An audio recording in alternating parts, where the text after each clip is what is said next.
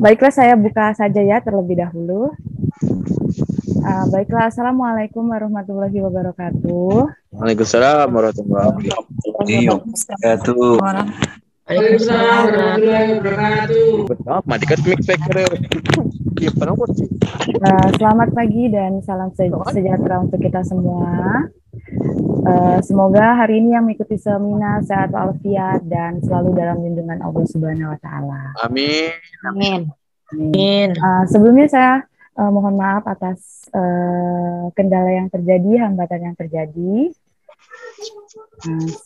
Sebelumnya saya terima kasih kepada moderator telah memberikan saya kesempatan untuk memaparkan materi pada hari ini. Dan tentunya terima kasih juga kepada tim Analog Teacher of Learning yang udah mengadakan seminar yang sangat bermanfaat bagi kita semua di sini.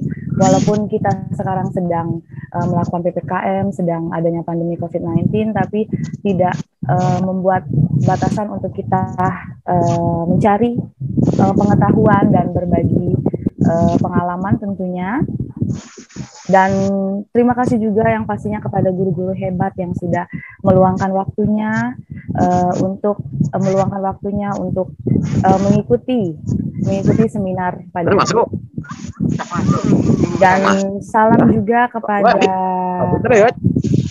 Bapak Syarifuddin SPDI MPD dan kepada pemateri sebelumnya Ibu Tanesya Hasamosir MPD.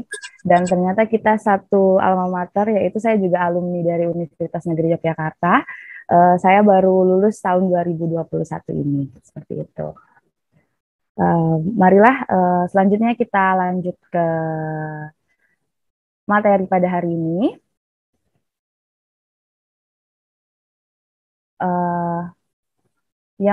Halo, apakah semuanya mendengarkan? Siap mendengarkan. Mendengarkan ya. Ya, mendengarkan Bu.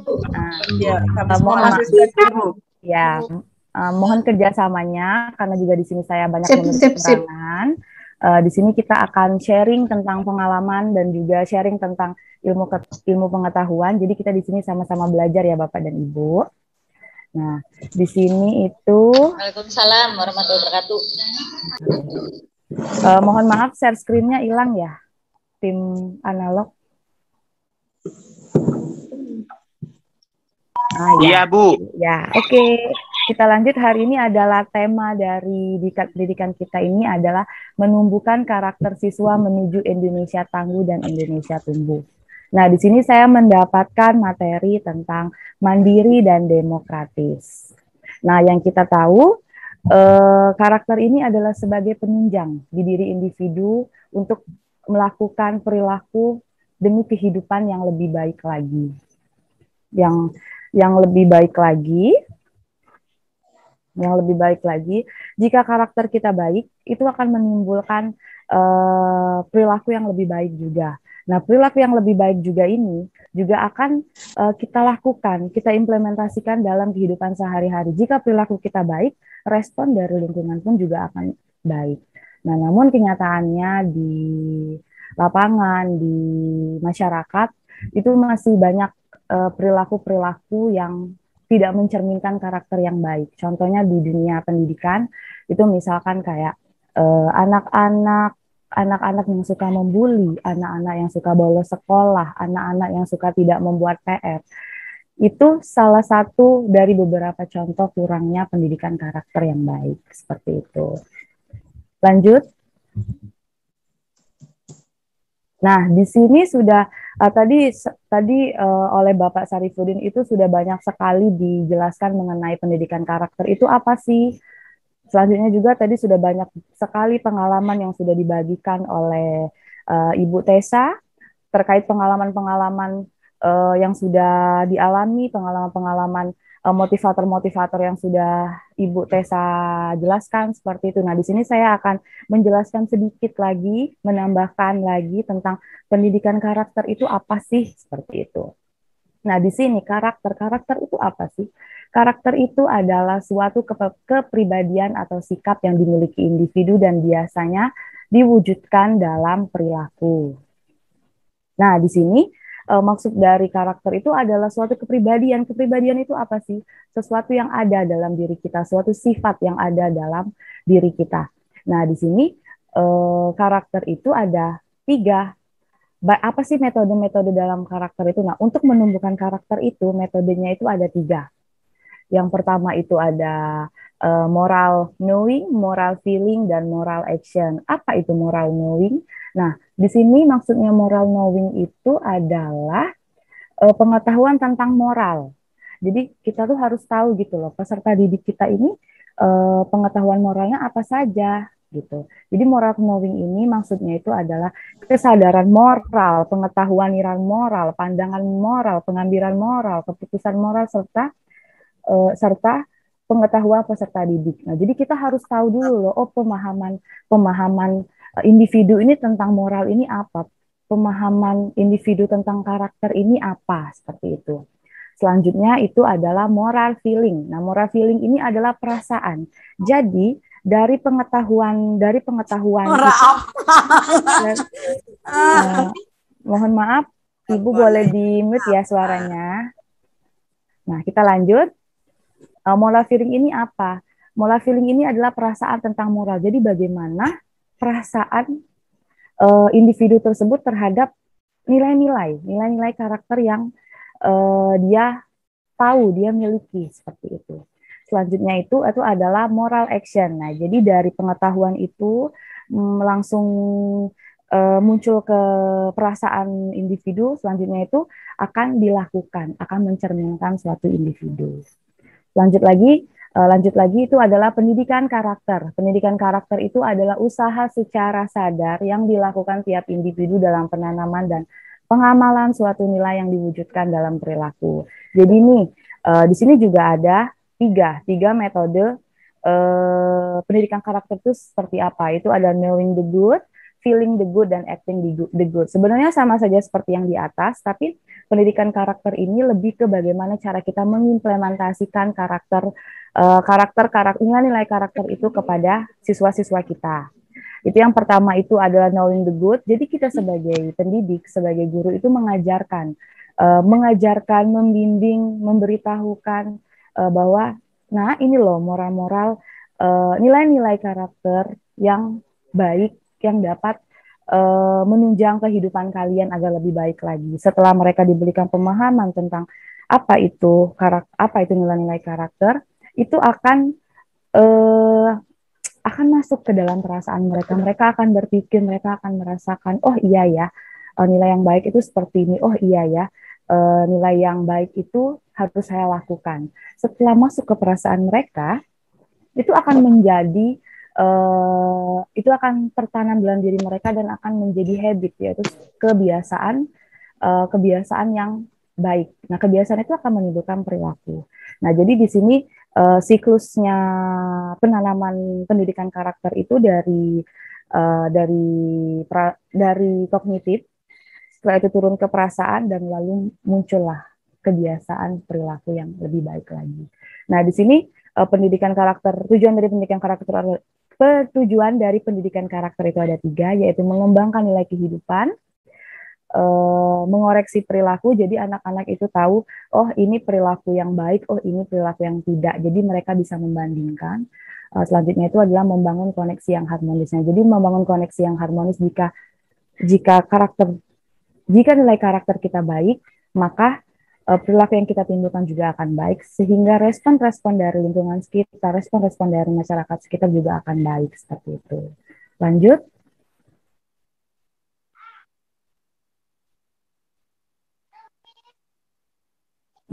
Nah, sekarang ini masuk ke dalam bahasan kita, yaitu adalah karakter mandiri. Nah, di sini tadi karakter itu adalah keadaan mental atau moral seseorang, yaitu keadaan diri dalam sifat individu itu seperti apa. Selanjutnya itu mandiri. Mandiri itu apa sih gitu. Tadi juga sudah dijelaskan oleh Bapak Sarifudin, yaitu mandiri merupakan keadaan dapat berdiri sendiri dan tidak bergantung pada orang lain.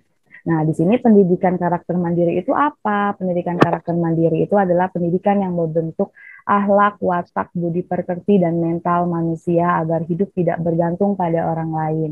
Nah, jadi mandiri ini sangat pendidikan karakter mandiri ini sangat penting ya, terutama dalam kita pendidikan kayak gitu, karena di dalam kelas itu kan eh, sering apa ya, maksudnya tuh suka masih banyak yang nyontek, suka masih banyak yang mengerjakan PR di sekolah seperti itu. Nah, di sini penanaman pendidikan karakter mandiri ini sangat dibutuhkan oleh siswa kayak gitu. Mohon maaf kepada Bapak dan Ibu, boleh di-mute. Ya, oke. Nah, di sini konsep pembentukan karakter ini seperti apa? Nah, tadi sudah disinggungkan di awal gitu. Jadi dari kognitif, lalu ke perasaan, lalu muncullah suatu perbuatan, suatu perilaku kayak gitu. Nah, di sini ada konsep pembentukan karakter ini ada 6. Yang pertama itu sarana perolehan informasi. Jadi sebelum mereka itu timbul pemahaman tentang apa sih karakter mandiri itu, apa sih karakter mandiri yang baik itu, apa sih nilai-nilai karakter itu kayak gitu. Mereka itu melihat dulu, jadi kayak mereka melihat, mereka merasa, mereka mendengar, mereka melihat sekeliling mereka itu seperti apa. Jadi apa sih informasi yang diperoleh dari lingkungan seperti itu. Nah, setelah mereka melihat, timbullah persepsi. Jadi pemaknaan dari yang mereka lihat, yang mereka dengar, yang mereka rasa itu apa? Setelah muncul persepsi, muncul pemahaman, oh jadi mencontek itu tidak baik ya. Nah, setelah itu muncul ke tahap domain otak. Nah, masuk dari tahap domain otak ini adalah proses kognitif. Jadi proses mereka itu jadi muncul proses mereka mencerna. Oh, ini ya yang namanya tidak boleh mencontek itu. Oh, ini ya namanya kalau perilaku mencontek itu jelek seperti itu. Setelah dari kognitif, masuklah ke dalam perasaan mereka. Nah, jadi kayak oh, kalau misalkan saya mencontek, saya akan membohongi guru saya. Jika saya mencontek, oh saya tidak akan bisa mengerti pelajaran ini. Jadi kayak muncul rasa empati, muncul rasa peduli seperti itu. Nah, setelah dari tahap domain otak, itu dilanjutkan kepada, setelah dari tahap domain hati, itu muncullah tindakan. Jadi, aku nggak mau nyontek, kayak gitu. Aku nggak mau nyontek, karena kalau aku nyontek itu banyak sekali ruginya, gitu. Saya tidak bisa belajar lebih baik lagi, saya tidak bisa paham, saya tidak bisa mandiri. Nah, dari tindakan tersebut muncullah kebiasaan. Jadi lama-kelamaan anak-anak akan terbiasa, oh saya harus mengerjakan PR sendiri, saya harus mengerjakan semuanya sendiri, seperti itu. Lanjut. Nah, di sini kenapa sih penting banget gitu loh pendidikan karakter mandiri? Nah, kebetulan saya ini adalah guru bimbingan dan konseling. Saya S1 dan S2 itu bimbingan dan konseling, dan memang ini sebenarnya itu sangat sesuai dengan ilmu saya, dengan lingkungan saya kayak gitu loh. Karena saya memang belum lama bekerja, saya memang belum lama mendapatkan pekerjaan seperti itu, mendapatkan pengalaman, tapi setelah saya kuliah S1 dan S2, saya pernah magang di SMA, di SMP, saya pernah magang di KUA, saya pernah magang jadi asdos juga. Ini sangat apa ya, kayak cocok sekali gitu loh, kayak apa ya, kayak sesuai dengan di lapangannya itu seperti apa kayak gitu loh. Nah, ini contohnya seperti kutipan dari Ibu Suharsini Arikunto itu, kenapa sih penting banget gitu loh pendidikan karakter mandiri itu. Nah, di sini membantu siswa untuk mandiri berarti menolong mereka dari bantuan orang lain. Memang kita sebagai manusia itu tidak bisa hidup tanpa bantuan orang lain. Nah, memang kita sebagai manusia itu tidak bisa hidup tanpa bantuan orang lain. Tapi di sini kita harus menanamkan, membantu siswa agar mereka juga tidak bisa kalau harus bergantung pada orang lain. Jadi kita menanamkan sifat kamu harus bisa hidup mandiri, tapi kamu juga harus bisa hidup bersosialisasi dengan orang. Jadi kehidupannya itu balance gitu loh, seimbang gitu. Nah, karakter mandiri ini mendorong dan memacu seseorang untuk memecahkan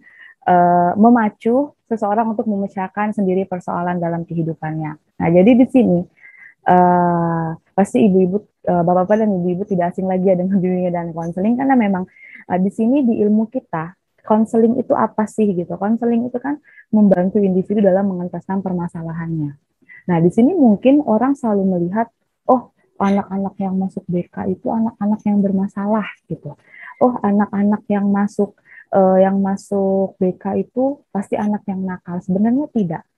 Jadi BK itu kita lebih ke mencegah permasalahan dan membantu mengentaskan masalah. Tapi di sini yang perlu digarisbawahi, kita tidak membantu, kita tidak mendorong, kita tidak membantu, kita tidak, kamu harus gini-gini ya nak, gitu. Kamu kalau misalkan kamu nggak mau nyontek, kamu harus belajar sendiri, gitu. Bukan langsung dijudge seperti itu, bukan. Tapi kita tuh lebih membimbing, mengiring agar dia bisa memecahkan masalahnya dengan mandiri, gitu loh. Jadi anak-anak itu jangan bergantung sama kita. Misalkan anak-anak misalkan mau ngerjain PR kayak gitu. Bu, saya nggak bisa loh, Bu, ngerjain ini soalnya soalnya tuh susah banget. Nah, di sini kita sebagai guru bukan langsung memberitahu ini jawabannya, tapi kita menggiring. Misal, coba deh didiskusikan dengan teman-temannya. Jadi misal kelompok 1 ini, kelompok 2 ini, kelompok 3 ini dipecahkan ya bareng-bareng kayak gitu, dipecahkan ya permasalahannya, soalnya ini. Nanti perwakilannya akan menuliskan ke depan kayak gitu. Jadi kita tuh kayak step by step agar sedikit-sedikit mulai tertanam di dalam diri anak tersebut kayak gitu. Selanjutnya itu ada pendidikan karakter bertujuan agar kehidupan lebih termotivasi untuk berinovasi, proaktif, berkreasi, dan bekerja keras. Jadi yang tadi, kalau misalkan memang mereka nggak tahu, tapi langsung kita kasih tahu, itu tidak akan memacu kreativitasnya, itu tidak akan memacu inovasi dari anak-anak tersebut. Tapi kalau kita menggiring mereka, oh ini bisa dipecahkan secara kelompok, nah ini bisa dipecahkan secara diskusi, nah kayak gitu. Jadi mereka tuh berpikir, oh iya ya seharusnya seperti ini, oh iya ya seharusnya seperti ini. Mereka akan memecahkan permasalahan itu sendiri, kayak gitu. Lanjut. Nah, ini contoh-contoh perilaku mandiri. Jadi udah banyak sekali contoh-contoh perilaku mandiri itu seperti apa. Nah, contoh-contoh perilaku mandiri itu yang pertama itu adalah menemukan diri atau identitas diri. Yang kedua itu adalah memiliki kemampuan inisiatif, kreativitas, inovasi, seperti itu. Yang ketiga itu adalah membuat pertimbangan sendiri dalam bertindak. Yang keempat, mencukupi kebutuhan sendiri. Yang kelima itu ada bertanggung jawab atas tindakannya. Dan yang kelima itu mengambil keputusan sendiri. Yang keenam itu adalah percaya diri. Dan yang terakhir itu adalah puas terhadap hasil usahanya sendiri. Jadi ini contoh-contoh perilaku mandiri yang disesuaikan dengan tugas perkembangan dari anak-anak didik kita, seperti itu. Nah, jadi sebenarnya perilaku mandiri ini bisa diterapkan di SD, di SMP, di SMA, di SMK, tapi disesuaikan dengan tugas perkembangan anak tersebut apa kayak gitu loh. Jadi kayak misalkan menemukan diri atau identitas diri, ini kan menemukan jati diri ini biasanya itu tugas perkembangan anak-anak remaja awal. Nah, remaja awal ini adalah anak-anak SMP. Nah, jadi kalau misalkan kita menerapkan perilaku mandiri, kamu harus menemukan jati diri kamu harus tahu kamu siapa, kita terapin di anak SD, itu nggak cocok, karena SD itu lebih ke sosialisasinya. Nah, sedangkan kalau misalkan kita terapkan di SMA, anak SMA itu udah mulai tahu siapa dirinya, udah mulai tahu jati dirinya itu seperti apa, kayak gitu lah. Aku ini siapa, aku maunya apa, aku harusnya bagaimana, kayak gitu. Lanjut lagi. Nah, di sini ini ada proses pendidikan pembentukan karakter mandiri. Nah, di sini itu ada 3 proses dari pendidikan pembentukan karakter mandiri ini. Yang pertama itu pembentukan akal kemandirian, yang ketiga itu pembentukan amal kemandirian, yang kedua itu pembentukan hati kemandirian, dan yang ketiga itu pembentukan amal kemandirian. Jadi sekali lagi saya tekankan, jadi pembentukan karakter itu sebenarnya prosesnya itu ada 3. Kognitif, perasaan, dan perilaku. Kayak gitu ya. Nah, yang pertama itu pembentukan akal kemandirian. Nah, di sini pembentukan akal kemandirian itu ada dua gitu, menjadi teladan bagi siswa dan menyampaikan pesan kemandirian. Nah, di sini pembentukan akal kemohonan ini adalah penentu dari pembentukan karakter itu. Jadi di sini,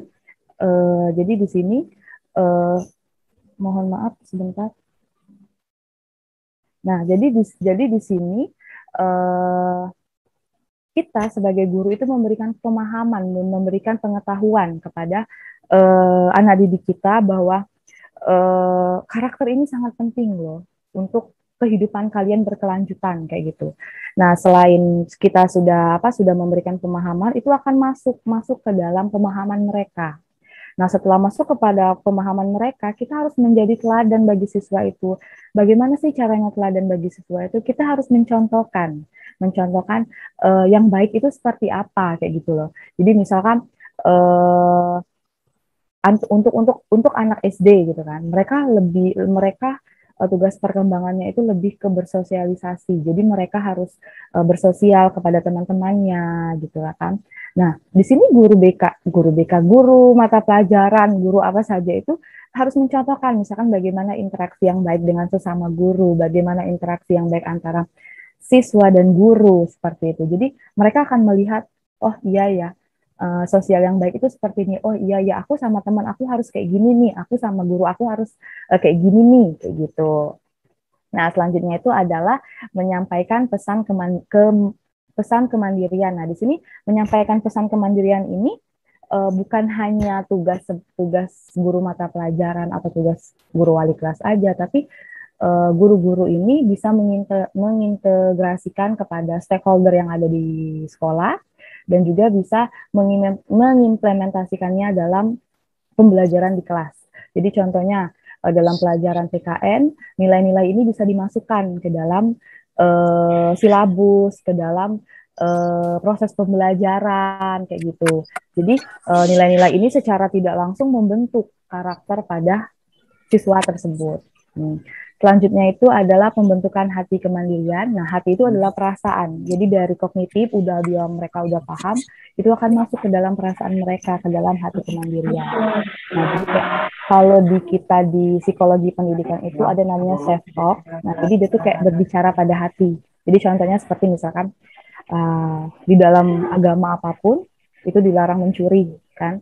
Nah, terus kalau misalkan nih ada kesempatan misalkan kita mau nyuri apa misalkan kayak gitu kan, pasti kan di hati kita sering kayak kita ngomong dalam hati jangan gitu, itu dosa kayak gitu. Nah, itu perasaan itu jadi self talk itu tuh kayak kita ngomong dalam hati kita. Kalau kita udah ngomong jangan itu akan menimbulkan perilaku yang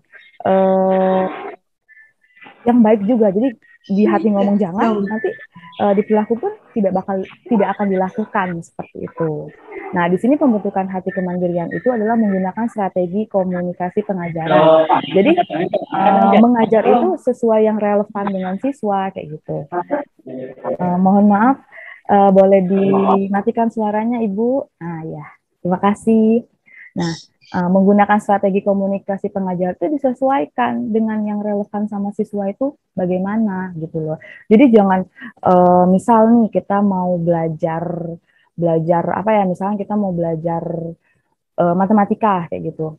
Tapi kita tuh terlalu apa ya, kayak terlalu otoriter gitu, misalkan kamu ngerjain nomor 1, kamu ngerjain nomor 2 gitu kan, jadi kan anak itu kayak dimasukin gitu loh, bukannya dibimbing. Nah, itu bakal membuat membuat siswa tuh jadinya aku males belajar ibu itu gitu, aku males belajar ibu itu gitu kayak gitu. Nah, jadi kita tuh harus kayak komunikasinya harus bagus. Jadi misalkan halo anak-anak gitu, kita pembukaan pembelajarannya tuh harus membuat mereka tuh kayak termotivasi, membuat mereka tuh kayak nyaman dengan kita kayak gitu. Jadi memang sebelum melakukan pembelajaran itu motivasi itu sangatlah penting diberikan kepada siswa-siswa kita. Nah, yang selanjutnya itu adalah integrasi mata pelajaran nilai. Nah, jadi di sini maksudnya itu kita memberikan nilai itu yang sesuai dengan apa yang dilakukan mereka kayak gitu. Jadi misalkan kalau memang dia pintar, ya kita kasih nilai yang baik. Kalau memang dia sedang, ya kita kasih nilai yang sesuai dengan anak tersebut gitu. Jadi kayak kalau misalkan mereka udah berusaha banget nih, misalkan kayak ngerjain tugas gitu, ngerjain tugas, dia mendapatkan nilai yang baik, itu akan membuat suatu kepuasan dalam diri mereka. Nah, setelah mereka merasa puas, mereka akan berkelanjutan. Jadi terus mereka akan membuat yang lebih baik lagi. Mereka akan terus mengerjakan tugas, mereka akan memberikan yang terbaik kayak gitu. Nah, itu juga tugas kita sebagai guru itu kita memberikan apresiasi kayak gitu loh. Jadi kayak kita memberikan, oh kamu hebat ya gitu. Oh kamu pintar ya. Oh pelajaran yang kamu tugas yang kamu buat itu sudah betul, sudah benar kayak gitu. Jadi kayak anak-anak itu mulai termotivasi, mulai merasa puas kayak gitu dengan apa yang mereka kerjakan. Yang ketiga itu adalah pembentukan amal kemandirian. Nah, amal itu maksudnya itu adalah perilaku. Jadi pengamalan apa yang mereka lakukan. Nah, di sini memberikan treatment yang mencerminkan kemandirian dan memberikan praktikum bentuk kemandirian. Jadi contohnya itu kayak ada kalau di sekolah itu kewirausahaan. Jadi di sini anak-anak itu kayak contohnya berdagang kayak gitu kan. Jadi kita memberikan pengajaran bahwa berdagang itu sebagai bentuk kemandirian kita dalam finansial, dalam ekonomi kayak gitu. Selain kita bisa membantu orang, kita juga bisa mendapatkan penghasilan sendiri kayak gitu, dan juga kita bisa melakukan hal-hal yang positif kayak gitu. Nah, jadi itu salah satunya contoh dari pengamalan kemandirian, dari perilaku kemandirian itu kayak gitu. Lanjut. Nah, di sini itu ada indikator keberhasilan mengembangkan karakter mandiri. Jadi, untuk mengembangkan karakter ini kita tidak bisa sendiri, kita tidak bisa melakukannya hanya antara guru dan siswa, hanya antara kepala sekolah dan siswa, hanya kepada siswa dan siswa, itu tidak bisa. Jadi, seluruh stakeholder yang ada di sekolah itu harus bekerja sama agar karakter ini dapat mencapai keberhasilan. Nah, di sini ada sekolah dan kelas. Itu adalah sekolah dan kelas itu ada 4, yaitu adalah memberdayakan potensi sekolah. Nah, jadi di sini maksudnya memberdayakan potensi sekolah itu yang saya bilang tadi gitu. Kita ngelihat nih potensi sekolahnya seperti apa, semua fasilitas ada, semua stakeholdernya bisa untuk bekerja sama kayak gitu. Nah, tinggal bagaimana cara kita memanajemen potensi-potensi yang ada di sekolah ini kayak gitu. Nah, jadi bukan hanya antara siswa dan siswa yang saya bilang tadi, tapi di sini semuanya siswa, guru, kepala sekolah itu harus saling bekerja sama untuk mengembangkan karakter ini. Selanjutnya itu adalah membangun fasilitas sekolah. Nah, maksudnya di sini membangun fasilitas sekolah itu adalah menciptakan budaya mandiri. Jadi kalau misalkan fasilitas sekolahnya misalkan anak-anak dilarang membuang sampah sembarangan, fasilitas sekolahnya juga harus mendukung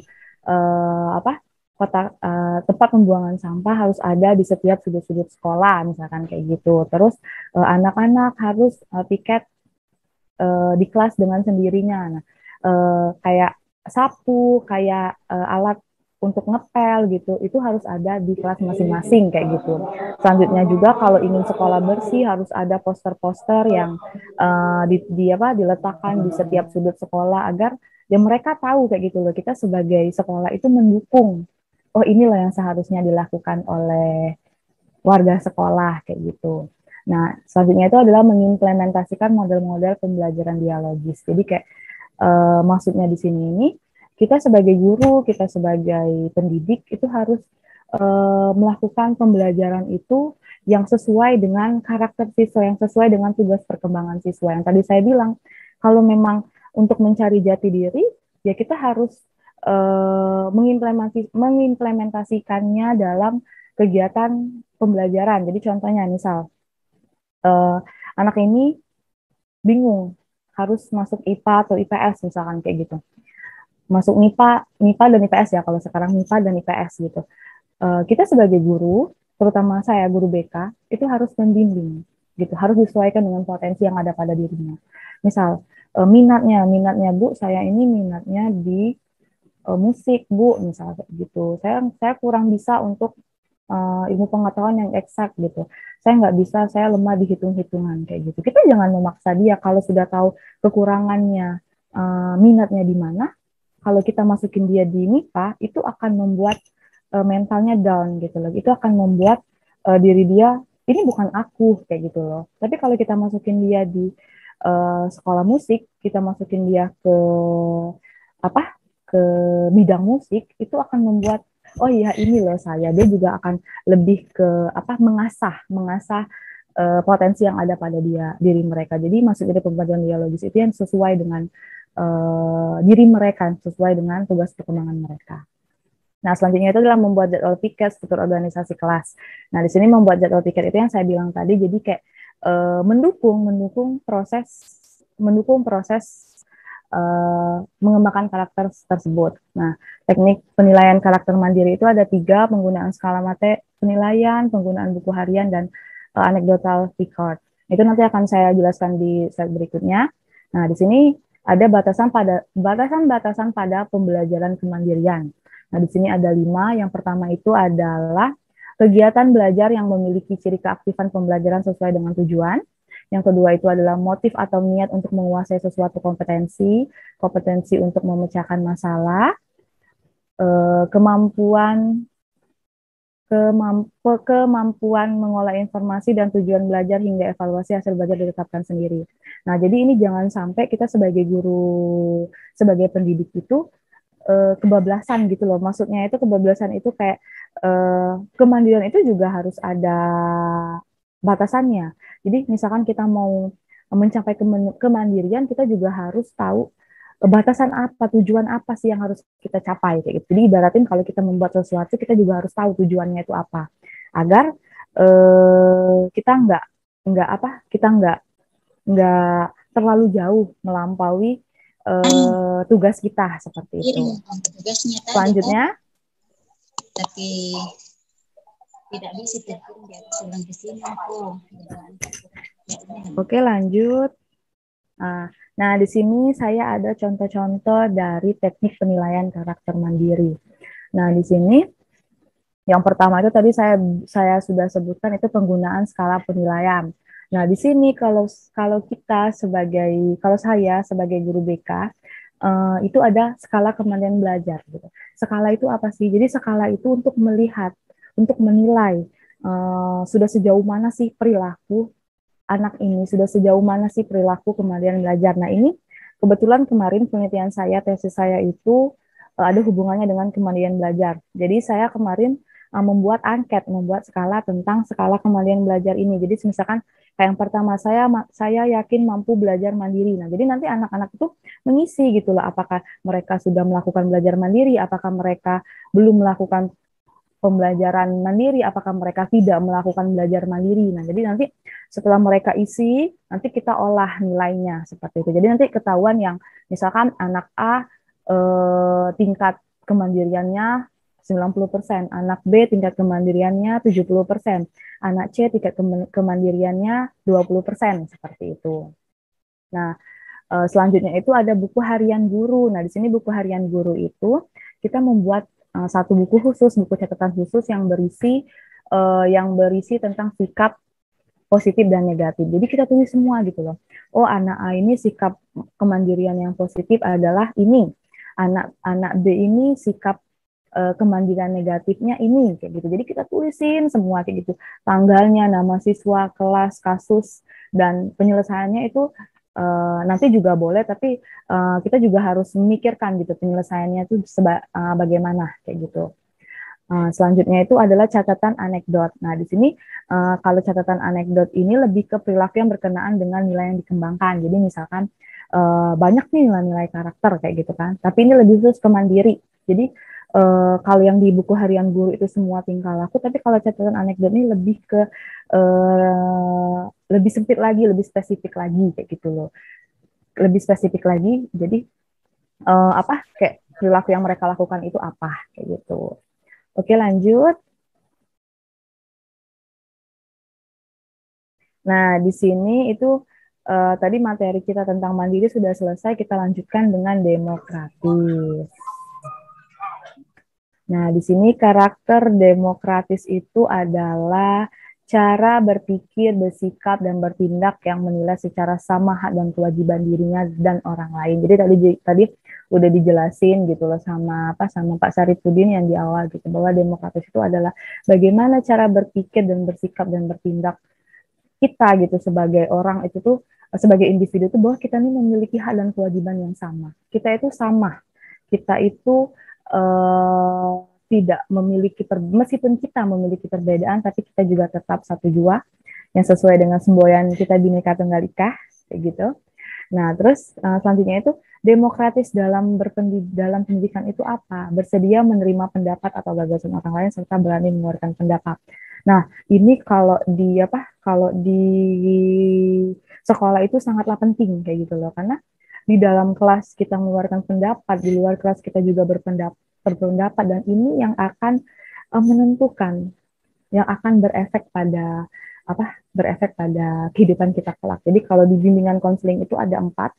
Yang pertama itu ada bidang pribadi, bidang belajar, bidang pribadi, bidang belajar, bidang sosial, dan bidang karir. Nah, kalau demokratis ini kita lebih menekankan kepada bimbingan karir. Jadi ini cocok diberikan kepada anak-anak SMA, kayak gitu loh. SMP juga bisa untuk menentukan pilihan pilihan sekolahnya, kayak gitu loh, pilihan sekolahnya yang itu akan berefek pada kehidupannya kelak, kepada cita-citanya gitu. Nah, tapi ini lebih cocok sebenarnya kepada anak SMA. Jadi mereka mulai masuk SMA, mereka mulai masuk nih kelas 10, kita berikan gambaran tentang karir yang harus mereka pilih itu seperti apa.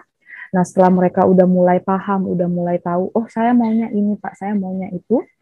Nah, apa sih penunjangnya, apa sih yang bisa mereka lakukan agar ini bisa tercapai, kayak gitu. Apa sih potensi yang harus mereka miliki agar ini bisa saya capai, ini bisa terjadi pada diri saya, kayak gitu. Nah, jadi demokratis itu sangatlah penting agar kita sebagai orang itu bisa speak up, kayak gitu, bisa ngomong gitu, bisa, yang pastinya public speaking itu sangatlah penting ya, gitu. Tadi juga udah dijelasin sama Ibu Tesya gitu ya. Saya dulu tadi Ibu Tesya sempat membagikan pengalaman, saya dulu public speaking saya tidak bagus, kayak gitu, saya pemalu, kayak gitu. Sama saya juga seperti itu, kayak gitu. Saya sebelum saya masuk kuliah di bimbingan konseling, saya tuh kalau buat ngomong aja itu susah, kayak gitu loh. Kayak kalau misalkan mau ngomong di depan umum, kayak gitu kan, kayak rasanya aduh takut gitu loh. Sebenarnya juga saya mau ngomong ini, mau jadi narasumber ini pasti selalu tidur, rasanya nggak enak, rasa deg-degan gitu, rasa deg-degan kayak gitu ya. Tapi kayak ayo kamu bisa, dan alhamdulillah, dan sekarang saya bisa. Saya bisa ngomong di depan orang, saya bisa percaya diri gitu, karena sebelum orang lain memotivasi kita, kita yang harus memotivasi diri kita sendiri gitu.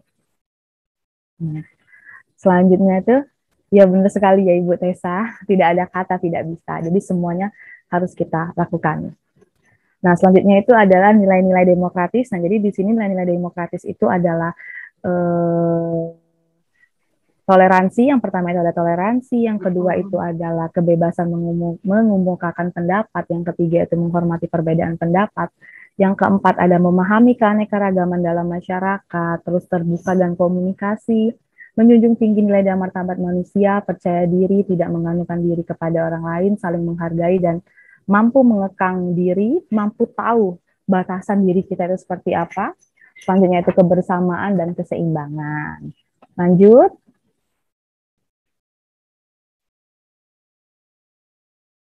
Nah, di sini adalah demokratis dalam perspektif pendidikan. Nah, jadi apa sih demokratis dalam perspektif pendidikan itu? Itu adalah pendidikan yang demokratis adalah pendidikan yang menempatkan peserta didik sebagai individu yang unik, berbeda satu sama lain, dan mempunyai potensi yang perlu diwujudkan dan dikembangkan semaksimal mungkin. Jadi, tiap individu itu memiliki potensi yang berbeda. Antara saya dan saudara kandung saya aja, antara saya dan kakak saya, kita satu keluarga, tapi kita nggak sama, kayak gitu loh. Atau juga misalkan antara saya dan ibu saya gitu, saya satu darah, tapi kita tidak sama, kayak gitu. Begitu juga peserta didik, mereka dari background keluarga yang berbeda, mereka dari suku yang berbeda, mereka dari ras yang berbeda, tapi kita di sini tugas pendidik itu untuk menyatukan kayak gitu loh, untuk perbedaan ini jangan jadi penghalang buat kita. Nah, jadi di sini kita sebagai guru itu harus tahu, oh anak ini potensinya ini, oh anak ini potensinya ini. Kita sebagai guru itu harus tahu gitu loh, treatment apa yang harus kita lakukan, apa yang harus kita berikan kepada anak ini kayak gitu. Mungkin banyak berpikir, ya Bu, kalau misalkan saya memberikan antara siswa ini apa treatment yang berbeda, banyak banget dong Bu kerja saya kayak gitu loh, banyak banget sih Bu ini apa namanya tugas saya kayak gitu ya. Itu konsekuensi kita sebagai pendidik tadi yang juga disampaikan sama Ibu Tessa kan gitu ya, kalau nggak mau ya udah nggak usah jadi guru kayak gitu, tapi itu memang konsekuensi kita sebagai pendidik. Di saat kita berhasil, di saat kita berhasil membuat anak kita itu berubah kayak gitu, itu merupakan kepuasan tersendiri dalam diri kita. Pasti kan di sini ibu-ibu dan bapak-bapak sudah memiliki pengalaman yang banyak, misalkan kayak guru SMA, memang anak ini nakal banget gitu, tapi setelahnya dia tahu-tahu udah jadi polisi, dia tahu-tahu udah jadi DPR misalkan kayak gitu kan. Kita sebagai guru, dia datang lagi nih ke kita gitu, dia, Pak, terima kasih Pak atas bimbingannya selama ini. Saya udah kerja di sini, saya udah kerja di sini.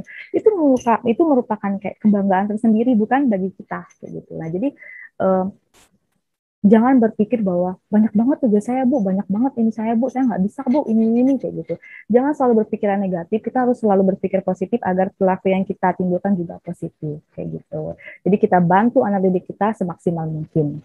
Selanjutnya itu adalah partisipasi aktif serta didik guru dan partisipasi orang tua masyarakat dalam merencanakan, mengembangkan, dan melaksanakan proses pembelajaran. Nah, di sini kita nggak cuma kita yang bekerja, yang tadi saya bilang gitu, saya nggak bisa Bu, banyak banget tugas saya kalau misalkan saya harus membimbing anak-anak murid saya seperti itu. Nah, di sini tugas kita tidak sendirian, kita juga memanfaatkan stakeholder yang ada di sekolah kayak gitu. Jadi kayak misal kita minta bantuan kepada guru mata pelajaran, jika kita sebagai wali murid, kita minta tolong kepada guru bimbingan dan konseling, kita minta tolong kepada wakil kurikulum, kayak gitu. Jadi, kalau kita bekerja sama, kalau kita meminta bantuan kepada yang lain, itu semuanya tuh akan berjalan dengan baik, kayak gitu. Semuanya tuh akan seimbang kayak gitu. Jadi kalau kita minta bantuan kepada orang, kalau kita meminta stakeholder kepada yang lain, mengajak mereka, ayo kita bangun pendidikan, ayo kita bangun karakter pada siswa, itu akan memudahkan pencapaian dalam demokratis ini, dalam karakter demokratis. Nah, di sini itu selanjutnya itu ada equal opportunity for all. Jadi semua siswa kita itu mendapatkan pendidikan yang sama. Semua anak-anak di Indonesia itu sama dan tidak ada bedanya, kayak gitu. Jadi jangan buat ini sebagai perbedaan, kayak gitu. Anak didik mendapatkan peluang yang sama dan menerima kesempatan perlakuan pendidikan yang sama. Jadi jangan karena dia pintar, guru hanya memperhatikan dia. Jangan karena dia anak siapa kita memperhatikan dia. Mereka sama, mereka tidak ada bedanya karena mereka mempunyai kesempatan yang sama untuk berhasil, untuk hidup yang lebih baik lagi, seperti itu. Lanjut. Nah, di sini ada contoh-contoh keterampilan demokratis ya. Mohon maaf itu ada kesalahan penulisan. Ini adalah contoh-contoh keterampilan demokratis. Nah, di sini jadi kita sebagai guru bimbingan guru bimbingan konseling, maksudnya semua guru. Nah, di sini kita bisa menerapkan karakter demokratis itu di ruang lingkup sekolah. Yang pertama itu contohnya pemilihan ketua OSIS. Nah, jadi kita di sini pemilihan ketua OSIS gitu, kita tuh kayak yang pastinya itu mengajak anak-anak untuk bersuara, mengajak anak-anak untuk mengeluarkan pendapat. Kamu mau milih siapa nih? Kayak gitu. Kan sebelum dia memilih, pasti dia mencari tahu dulu, itu siapa aja sih calon-calonnya, kayak gitu. Itu siapa saja sih yang mau menjadi ketua OSIS, kayak gitu. Nah, setelah mereka paham, mereka tahu, oh ini, mereka akan mengeluarkan pendapatnya, seperti itu. Begitu juga dengan pemilihan ketua kelas. Nah, ini contoh keduanya adalah pemilihan ketua kelas. Dan yang ketiga ini adalah mendengarkan. Nah, di sini terkadang kita sebagai sebagai individu itu agak susah untuk mendengarkan, tapi untuk mengkritik mudah. Nah, di sini kita tanamkan di diri anak-anak itu bahwa mendengarkan itu sangatlah penting. Jadi sebelum kalian mengeluarkan pendapat kalian, sebelum kalian mengkritik seseorang, kalian dengarkan apa apa yang kalian dapatkan, apa yang harusnya kalian kritik, apa yang seharusnya kalian keluarkan pendapat. Setelah mereka mendengarkan, oh ini, barulah mereka kita suruh untuk bersuara, untuk berpendapat, kayak gitu.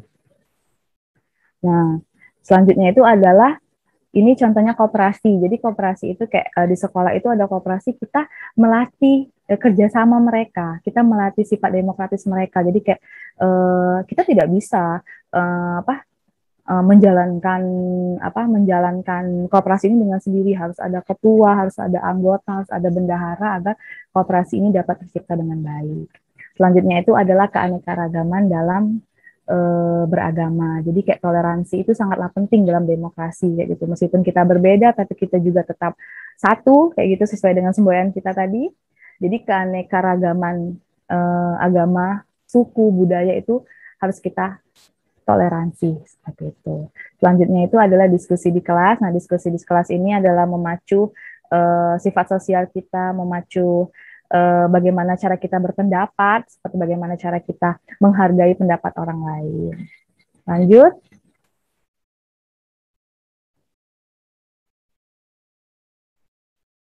Nah, di sini ada implementasi nilai-nilai demokratis. Nah, di sini ada 3 cara pengimplementasian nilai-nilai demokratis, yaitu ada program pengembangan diri, ada pengintegrasian dalam mata pelajaran dan budaya sekolah. Nah, di sini program pengembangan diri ini ada 4, yaitu kegiatan rutin, kegiatan spontan, keteladanan, dan pengkondisian. Nah, kegiatan rutin ini yang terus-menerus dilakukan. Jadi contohnya seperti tadi piket. Nah, kan piket itu kan setiap hari nih gitu. Setiap hari terus jadwalnya sudah ada kayak gitu. Nah, jadi harus konsisten. Jadi siapa yang nyapu, siapa yang ngepel, siapa yang buang sampah itu harus rutin dilakukan. Nah, ini harus konsisten kita lakukan. Jadi kayak sesekali itu bukan sesekali sih, setiap hari guru itu harus melihat gitu. Oh, anak ini sudah bekerja, anak ini sudah piket kayak gitu. Selain juga piket, kayak selalu konsisten kita ucapkan itu adalah salam. Jadi setiap bertemu guru, assalamualaikum kayak gitu, atau selamat siang Pak kayak gitu. Jadi sikap menghargai ada dalam diri anak-anak tersebut kayak gitu. Selanjutnya itu adalah kegiatan spontan. Nah, di sini kegiatan spontan itu adalah untuk anak-anak yang kurang karakter. Jadi misalkan dilihatnya si A selalu ketemu guru, selalu mengucapkan salam. Sedangkan si B ini tidak pernah mengucapkan salam. Nah, si C ini melihat apa sih yang perilaku yang seharusnya dia lakukan, apakah dia tidak memberikan salam, apakah dia memberikan salam. Nah, dilihatnya kan respon gurunya, oh guru ternyata lebih kalau kita mengucapkan salam gurunya merespon, sedangkan kalau kita tidak mengucapkan salam guru ini tidak merespon anak, tidak merespon muridnya. Jadi dia bisa membandingkan, oh ini loh yang seharusnya saya lakukan, oh dan ini yang tidak seharusnya saya lakukan kayak gitu. Selanjutnya itu keteladanan. Keteladanan ini yang tadi sudah saya jelaskan. Jadi kayak kita sebagai guru, sebagai pendidik, sebagai warga sekolah mencontohkan, oh ini yang seharusnya dilakukan, oh ini yang seharusnya dilakukan. Terutama untuk anak-anak SD kayak gitu, karena anak-anak SD itu masih mencontoh kayak gitu loh, mencontoh apa sih yang seharusnya saya lakukan gitu, melihat oh di lingkungan ini seperti ini, di lingkungan ini seperti ini kayak gitu. Nah, selanjutnya itu adalah pengkondisian, yaitu adalah pendukung keterlaksanaannya program kayak gitu. Jadi pengkondisian ini ya bukan cuma hanya kita misalkan yang memberikan salam, atau yang misalkan kita anak-anak tidak boleh telat misalnya kayak gitu. Bukan cuma kita saja yang datang tepat waktu, tapi juga stakeholder yang ada di sekolah juga harus seperti itu. Jadi misalkan kayak wakil kurikulumnya juga datang kayak gitu. Kalau misalkan guru-guru piketnya juga datangnya on time kayak gitu. Jadi ada contoh pas saya PPL kayak gitu. Jadi di salah satu sekolah juga di Palembang, Jadi setiap anak-anak itu kan masuknya itu jam 6.45 kalau di sini ya. Jadi guru-guru itu harus lebih pagi dari anak-anak. Jadi ketika jam setengah 7 anak-anak udah mulai datang, guru-guru itu mulai berdiri menyambut anak-anak. Jadi assalamualaikum, assalamualaikum seperti itu. Jadi mereka melihat contoh, oh iya ya guru saya aja datangnya pagi kayak gitu. Masa iya saya terlambat kayak gitu. Jadi kita sebagai guru itu mencontohkan yang baik dan disesuaikan dengan kondisi yang ada. Nah, selanjutnya itu adalah pengintegrasian dalam mata pelajaran. Nah, di sini masuk dari pengintegrasian dalam mata pelajaran itu kita mencantumkan nilai-nilai dalam silabus dan RPP. Kalau dalam BK itu adanya RPL kayak gitu, program semester, program tahunan kayak gitu. Tapi kalau dalam guru mata pelajaran itu adalah mencantumkan nilai-nilai silabus dalam nilai dalam silabus dan RPP. Jadi nilai-nilai karakter itu kita masukkan ke dalam silabus dan RPP kita. Kayak gitu contohnya seperti nilai religius, nilai karakter yang pastinya kalau sekarang di K13 kita memang udah diterapin ya. Jadi udah masuk ke dalam silabus dan RPP. Selanjutnya itu adalah budaya sekolah. Nah, budaya sekolah ini ada 3, kegiatan ekstrakurikuler, proses pengambilan keputusan, dan interaksi sosial antar komponen. Nah, jadi di sini kegiatan ekstrakurikuler ini mendukung nilai-nilai demokratis dalam kehidupan sehari-hari. Jadi contohnya misalkan kita berpendapat kayak gitu. Ada juga ekstrakurikuler kepemimpinan, kita sebagai pemimpin seharusnya seperti apa. Itu proses pengambilan keputusan itu akan ada dalam ekstrakurikuler dan interaksi sosial antar komponen sekolah. Lanjut.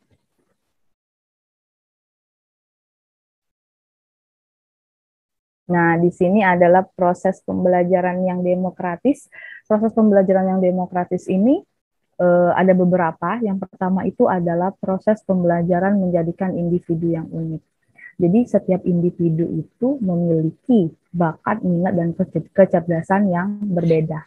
Jadi kita sebagai guru mata pelajaran itu, guru mata pelajaran, wali kelas, guru BK sebagai guru itu, kita tidak bisa menyamakan rata semua anak didik kita. Memang hak dan kewajibannya itu sama, tapi harus diingat setiap individu itu unik kayak gitu loh. Mereka mempunyai perbedaan masing-masing. Mereka mempunyai bakat yang berbeda, mereka mempunyai minat yang berbeda, mereka mempunyai kecerdasan yang berbeda. Jadi di sini kita sebagai pendidik itu harus tahu perbedaan dari individu itu seperti apa. Selanjutnya itu adalah pembelajaran yang bersifat individual sesuai karakter siswa. Nah, di sini maksudnya itu kita menentukan pembelajaran itu sesuai dengan karakter siswa. Kalau memang karakternya misalkan anak ini tidak bisa jika belajarnya sendiri kayak gitu. Dia harus berdiskusi dengan teman-temannya. Kita jangan memaksakan dia untuk kamu kerjain yang ini, jangan begitu. Kita sesuaikan dengan karakter mereka. Oh, mereka ini harus memiliki sifat yang sosialnya tinggi kayak gitu. Mereka harus memiliki sifat yang kemandiriannya ada kayak gitu. Kita buat sedemikian rupa lingkungan sekitarnya itu kayak ini nak ibu kasih soal kalian berbeda-beda, tapi kalian harus berdiskusi dan kalian harus menyelesaikan ini. Jadi kayak kita tetap menanamkan kemandirian, tapi kita juga menanamkan sosial di dalam itu kayak gitu. Jadi harus berkesinambungan. Selanjutnya itu adalah pembelajaran sistem continuous progress. Nah, jadi ini sistem pembelajarannya itu maju dan berkelanjutan. Jadi anak-anak itu tuh kayak jangan mengulang-ulang pelajaran yang ada, tapi kayak continuous progress. Kayak jadi kalau misalkan anak-anak hari ini kita masuk ke bab 1, setelah bab 1 ibu ada latihan sedikit. Kalau memang ada anak-anak yang nilainya bagus, itu berarti maju, dan anak-anak yang tertinggal itu kita cari tahu. Kenapa kok kamu bisa ketinggalan? Kenapa kamu bisa tidak mengerti? Setelah kita tahu permasalahannya apa, kita boleh meminta bantuan kepada guru BK, karena memang guru BK kan untuk anak-anak yang tidak hanya bermasalah, tapi juga diprioritaskan kepada anak-anak yang memiliki permasalahan. Jadi kita tetap continuous progress, jadi tetap maju dengan memperhatikan lingkungan sekitar kayak gitu. Selanjutnya itu adalah pembelajaran kelompok. Nah, jadi pembelajaran kelompok ini kita membina sikap toleransi, menghargai pendapat, saling membantu kayak gitu.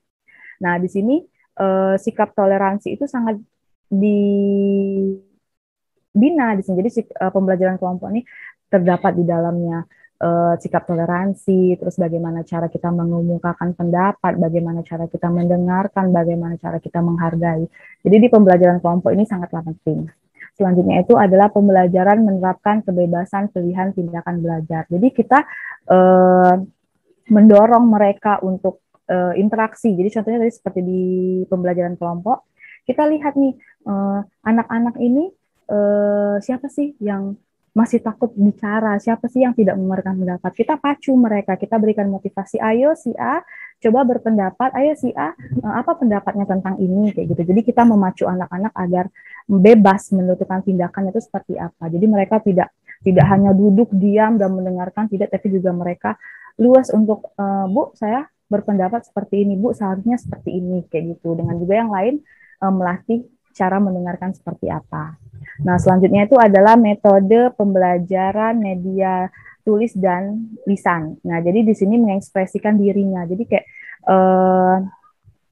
di sini maksudnya itu kayak mereka mengekspresikan, Bu, saya ingin berpendapat, Bu, saya ingin menulis di papan tulis, Bu, saya ingin menuliskan isian dari pertanyaan yang ini, kayak gitu. Jadi kita di sini mendukung kayak gitu. Oh ya silahkan. Jadi kayak jangan sampai anak-anak itu terpaku sama udahlah Bu aku nggak mau, udahlah Bu aku nggak mau, kayak gitu. Jadi kita sebagai guru BK itu guru mata pelajaran, mohon maaf saya selalu bilang guru BK ya. Saya guru misalkan, Bu saya nggak mau nih Bu saya mau menuliskan Bu ini, ya udah silahkan gitu. Jadi kita jangan sampai otoriter sama pendidikan pembelajaran kita. Jadi kita tuh kayak yang ngalir aja gitu loh kalau misalkan di kelas, tapi sesuai dengan tujuan kita itu apa. Nah selanjutnya itu ada evaluasi dilakukan dua arah.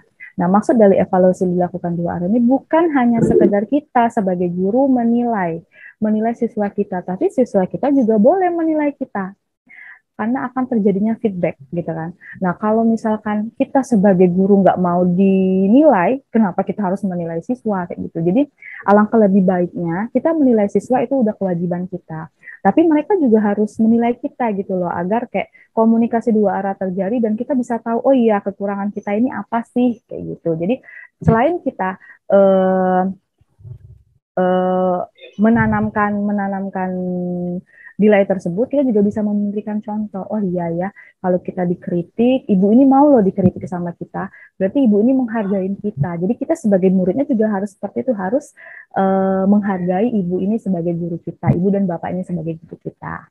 Nah, selanjutnya itu adalah grafik prestasi kelas. Nah, jadi kalau misalkan anak-anak yang berprestasi atau kelas ini berprestasi harus kita pajang gitu loh di kelas, kayak gitu, biar ada kepuasan tersendiri dalam diri mereka. Jadi ngelihat nih, oh nilai saya semester ini naik loh, nilai saya bulan ini naik loh. Nah setelah mereka tuh kayak ada kepuasan tersendiri, itu akan memotivasi mereka untuk lebih baik lagi, akan melakukan seperti itu lagi, dan akan menjadi kebiasaan bagi orang tersebut.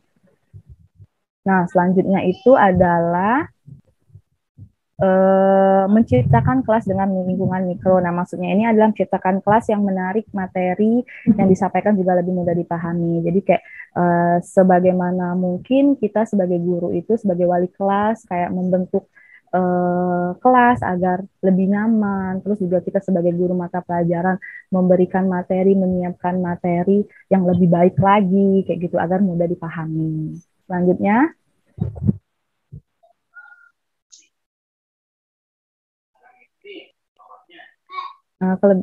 ini adalah proses pembelajaran yang demokratis, yaitu proses pembelajaran demokratis ini adalah untuk guru menjadikan siswa sebagai subjek dalam proses pembelajaran.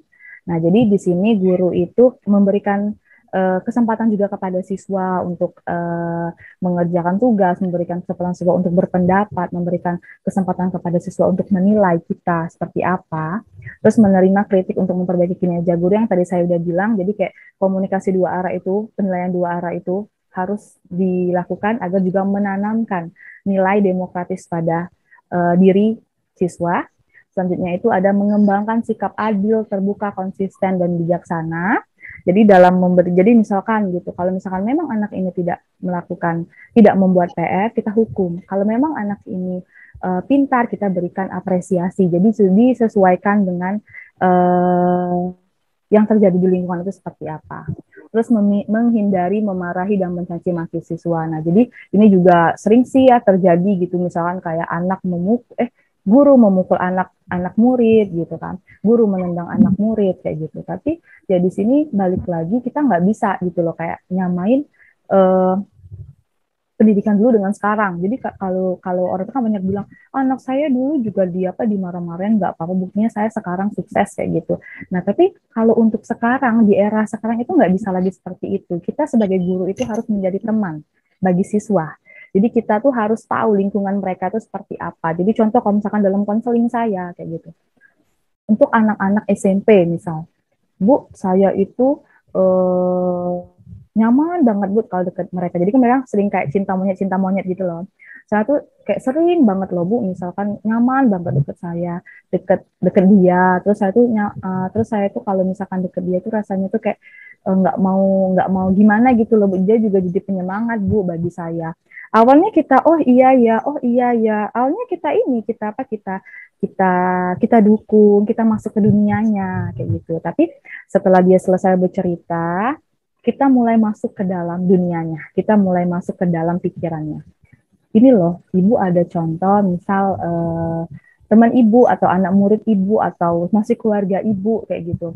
Atau ada orang dia pacaran, tapi setelah itu dia putus dari pacarnya dan dia tidak semangat lagi pacaran kayak gitu loh. Jadi kayak kita mencoba untuk masuki ke alam pikirnya, kita masukin kalimat-kalimat, contoh-contoh yang sesuai dengan kehidupan nyatanya seperti apa kayak gitu. Dan itu kan akan membuat dia berpikir, oh iya ya Bu, sehingga kita memandirikan mereka, sehingga kita membuat persepsi yang berbeda lagi dalam diri kita kayak gitu. Selanjutnya itu setelah itu kita lanjut lagi untuk siswa. Nah, jadi di siswa ini proses pembelajaran demokratisnya ini adalah aktif mengungkapkan ide, gagasan, dan pikiran. Jadi siswa itu kita aktif untuk mereka mengungkapkan apa yang mereka rasakan, apa yang mereka pikirkan. Setelah itu adalah memiliki motivasi maju dan dewasa. Jadi mereka termotivasi untuk kehidupan yang lebih baik lagi. Mereka bermotivasi lagi untuk apa yang seharusnya saya lakukan agar kehidupan saya lebih baik lagi. Selanjutnya itu adalah kita sebagai guru itu mengembangkan kepekaan terhadap lingkungan sekitar siswa kita. Selanjutnya itu adalah selain mereka juga mengejar pendidikan, mereka mengejar akademik, tapi jangan lupa sehat secara jasmani dan rohani, dan secara mentalnya itu juga harus penting kayak gitu. Karena kalau mentalnya sakit, ya itu akan mempengaruhi fisiknya juga. Tapi kalau mentalnya kuat, psikisnya kuat, itu akan mempengaruhi kinerjanya di sekolah kayak gitu. Selanjutnya itu adalah mengembangkan perasaan memahami orang lain. Ini sangat penting untuk mengembangkan empati yang ada pada diri mereka, empati, simpati, rasa peduli kayak gitu. Selanjutnya itu adalah mempunyai kemauan untuk mengetahui, melakukan, menjadi diri sendiri, dan untuk hidup bersama. Jadi selain mereka jadi diri sendiri, tapi mereka juga butuh orang lain. Mereka juga harus bersosialisasi karena memang hidup ini tidak bisa jika kita hidup sendiri kayak gitu loh. Jadi harus seimbang dengan kita bersosialisasi, kita hidup sendiri, kita juga harus melihat lingkungan kita seperti apa kayak gitu. Dan yang terakhir itu adalah mempunyai kemauan untuk berorganisasi. Jadi berorganisasi itu sangat penting untuk melakukan proses pembelajaran demokratis, karena ini sangat berguna untuk kita ketika akan masuk ke dunia kerja kayak gitu. Baik, mungkin ini saja yang bisa saya sampaikan. Semoga apa yang saya sampaikan pada hari ini, pada kesempatan kali ini, bermanfaat bagi kita semua. Lebih dan kurang saya mohon maaf. Kepada Allah saya mohon ampun. Wassalamualaikum warahmatullahi wabarakatuh. Waalaikumsalam warahmatullahi Waalaikumsalam warahmatullahi wabarakatuh. wabarakatuh.